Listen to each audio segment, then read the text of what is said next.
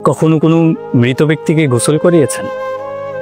যদি সুযোগ হয় তাহলে একবার মৃত ব্যক্তিকে গোসল করাবেন, দেখবেন মৃত ব্যক্তির শরীরটাকে কত অসহায় এবং অদ্ভুত মনে হয়।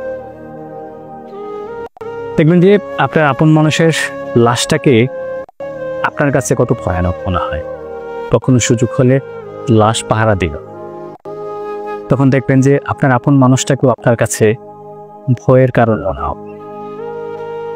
মাঝে মাঝে আপন মানুষের লাশগুলোকে কবরে নামাবেন, দেখবেন যে মানুষটার সাথে আপনি চলেছেন, হাতে হাত রেখে আড্ডা দিয়েছেন, চায়ের কাপে চুমুক দিতে দিতে তো কত গল্প করেছেন, সেই মানুষটাকে যখন আপনি কবরে নামাবেন তখন আপনি বাস্তবতা বুঝতে পারবেন যে একই পথ তো আমারও ধরতে হবে। মাঝে মাঝেই লাশের আশপাশে থাকবেন, মাঝে মাঝে গোরস্থানে যাবেন, গিয়ে দেখবেন যে যে দাদা আপনাকে আদর করত সেই দাদা আজকে কবরে সমাধিত, সে আর উঠতে পারতেছে না। আপনি কথা বলছেন কিন্তু পাশ থেকে কোনো জবাব আসছে না। আপনার যে মা আপনাকে এত আদর যত্ন করে বড় করেছে, সেই মায়ের কবরের পাশে গিয়ে দেখবেন সেই মা আর আপনার সাথে কথা বলে না।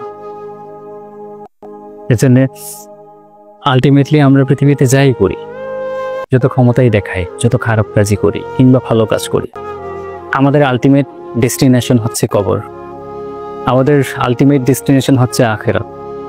এজন্য দুনিয়াতে থাকতেই আখেরাতটাকে মসৃণ করার চেষ্টা করে।